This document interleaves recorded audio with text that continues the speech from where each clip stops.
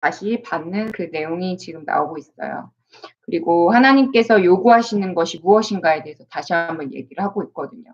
무엇입니까? 하나님은 온 마음 다해 사랑하라는 거, 경외하라는 거, 그래서 그의 모든 도를 행하고 그를 사랑하며 마음을 다하고 뜻을 다하여서 여호와를 섬기는 거, 그거가 우리가 할 일이다라는 것을 다시 한번 이야기를 하고 있어요.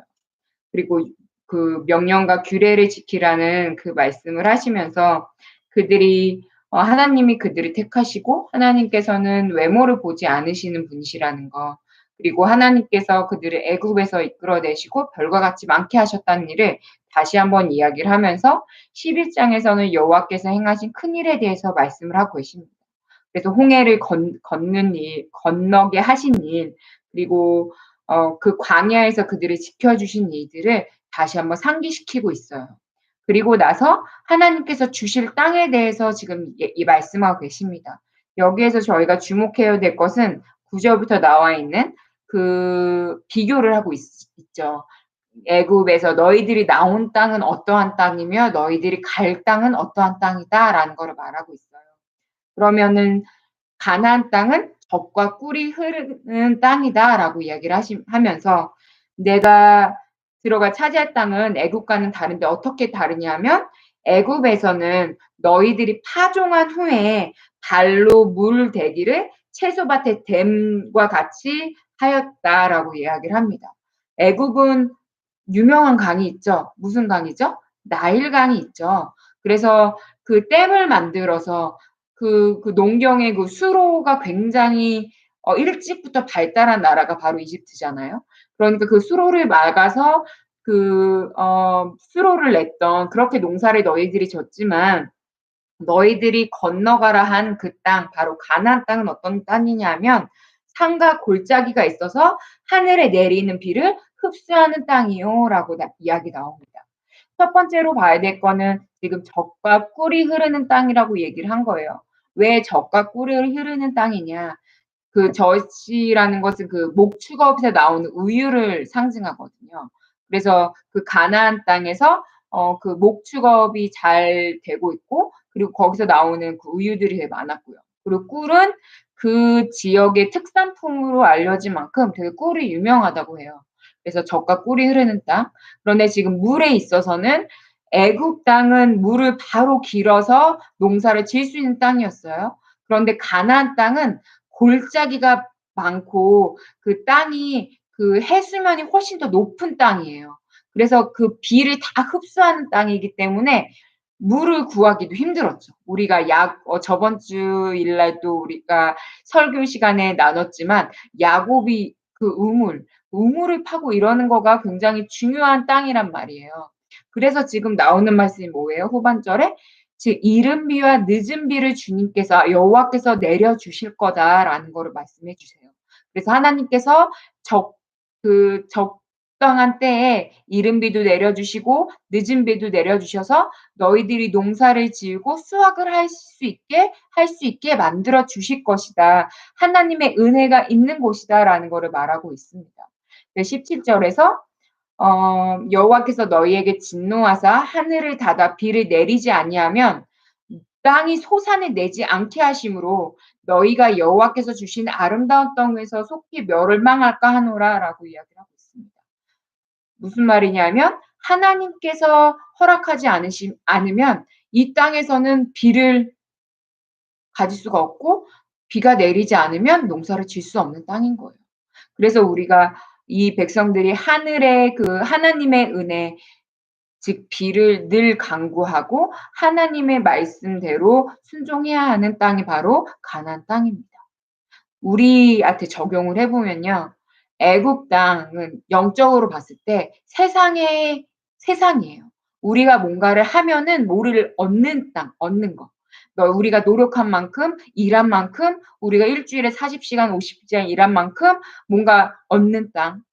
그런데 하나님을 믿는 하나님의 백성들, 하나님의 그 권위 안에 있는 우리들은 하나님께 우리가 또 열심히 일을 하지만 하나님이 주시는 은혜를 저희가 기다리고 저희가 그 은혜로 사는 사람들이잖아요. 그래서 하나님이 저희한테 이른 비와 늦은 비를 내려 주심으로 하나님의 은혜로 살 수 있는 땅. 그 땅이 바로 하나님의 권위가 있는 그 땅입니다. 그래서 가나안 출애굽과도 가나안은 저희가 지리학적으로 이렇게 다르게 볼 수 있고, 이거를 저희가 신학적으로 풀게 되면 영적으로 세상과 그리고 하나님이 허락하신 또 하나님의 그 주권이 있는 그 땅으로 저희가 비교할 수가 있어요. 그 내용이 지금 11절에서 지금 나오고 있고, 그래서 하나님의 그 늦은 비와 이른 비를 받기 위해서, 은혜를 받기 위해서 저희가 하나님께 순종하고 또 하나님의 율법을 지키라, 그리고 하나님을 의지하라 라는 거를 지금 말씀해 주고 있죠. 그래서 너희들이 밟는 땅마다 다 너희에게 하나님께서 주실 것이다. 그리고 하나님이 아무리 강해 보이는 그 사람들도 다 내쫓으실 것이다 라는 것을 지금 말씀해 주시면서, 광야로부터 레바논까지 유브라데 강부터 서해까지 하나님께서 그 땅 모두 주실 거라고 말씀하고 있습니다. 하지만 하나님께서 그들에게 선택을 주신 거죠. 저주와 복 받는 길을 지금 너희에게 주었다. 복 받는 길, 하나님만 섬기는 길, 저주 받는 길, 우상 숭배하고 하나님을 떠나는 길. 그래서 지금 12장에서는 예배 처소에 대해서, 그리고 율법과 법도가 어떠한지, 어떻게 예배를 드려야 되는지가 나오면서, 가나안 땅에 들어가면 아세라 신상들 그리고 산당들을 다 없애라라고 얘기를 하고 있어요. 저희가 어제 역대하까지 저희가 끝냈는데 계속 나왔던 게 뭐예요? 아세라 산당을 허락을 했다가 그걸 엎었다가 그 왕들이 계속 그 영적인 싸움을 한 거잖아요. 근데 그 영적인 싸움이 지금 이 신명기부터가 지금 있는 거예요. 그러니까 얼마나 오랜 시간 영적인 싸움이 계속 지속되고 있는 겁니까?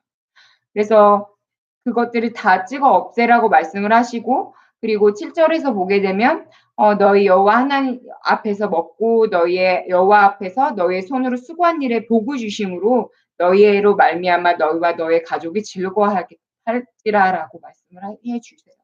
그래서 하나님께 드리는 삶은 절대로 손해 보는 삶이 아니에요. 특히나 하나님 앞에 저희가 헌금을 드리고 또 12조를 드릴 수 있는 삶, 그 믿음이 있는 삶은 절대로 하나님께서 그냥 내버려 주시지 않으십니다. 뭐 물질로도 하나님께서 축복해 주시지만 저희가 물질로도 셀 수 없는 것들에 대해서도 하나님이 주시는 그 은혜가 있고 하나님이 주시는 그 마음이 있어요. 그거를 맛보지 못한 사람들은 절대 알지 못하는 거예요. 하나님께서 주시는 생수를 맛보지 못한 사람들은 그게 얼마나 우리의 갈증을 해소시키는지 알 수가 전혀 없어요. 그래서 그런데 지금 하나님께서는 모세를 통해서 그런 부분에 대해서 이스라엘 백성들에게 지금 약속을 하고 계시는 거예요. 지금 이스라엘 백성들은 그 가나안 땅을 아직 밟지는 못한 거죠. 그 가나안 땅을 바라보고 있는 거잖아요. 그런데 모세를 통해서 하나님이 너희들이 이렇게 하면 내가 이렇게 축복해 주겠다라는 약속의 말씀을 해 주시고 있는 겁니다. 그래서 우리 믿는 사람들은 약속을 붙잡고 가는 사람들이에요. 하나님께서는 저희한테 딱 뭐를 주지 않으세요, 잘. 늘 약속을 먼저 해 주세요. 내가 이렇게 하리라. 그리고 우리가 믿음으로 그 가로가게 하시거든요. 그래서 하나님 앞에 저희가 약속의 자녀들로서 하나님이 주신 약속을 저희가 순종하면서 나아갈 수 있는 믿음의 자녀들이 되기를 소원합니다. 그래서 12장에서는 지금 그런 말씀들, 그리고 우상들을 섬기지 말라고, 그리고 너희들이 올매에 걸려서 넘어지지 말라라는 그런 말씀들이 지금 나오고 있으면서 12장이 마치게 됩니다. 그래서 하나님께서 말씀하시는 거는 이제 신명기도 마찬가지지만 가지고 구약 내내 같은 말씀을 계속 반복해 주세요. 하지만 이스라엘 백성들이 듣지 못하죠. 귀가 들을 귀가 없으니까. 오늘날도 마찬가지입니다. 같은 말씀 계속하세요, 하나님께서.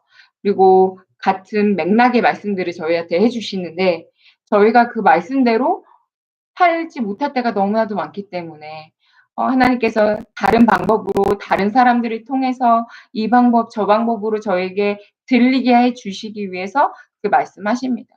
그리고 저희에게 사랑한다 말씀하시고, 하나님 일방적인 사랑이 아니라 그 쌍방 간의 사랑이 되기 위해서 저희에게 순종을 또 말씀을 해 주시고요. 근데 그 순종이 강압적인 것이 아니라 우리가 정말 하나님을 사랑하면 하나님이 말씀하시는 대로 하는 거죠. 구약에도 마찬가지고.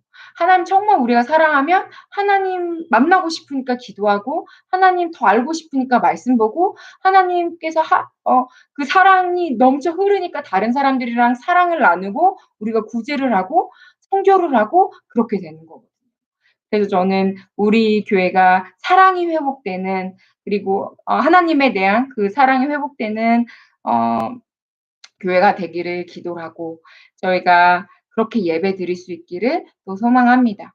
그래서 오늘은 12장까지 읽었고요. 저희가 내일은 말씀 읽는 시간에 9시에 또 찾아뵙겠습니다. 그럼 여러분들 편안한 밤 되시고 저는 내일 찾아뵙겠습니다. 안녕히 계세요.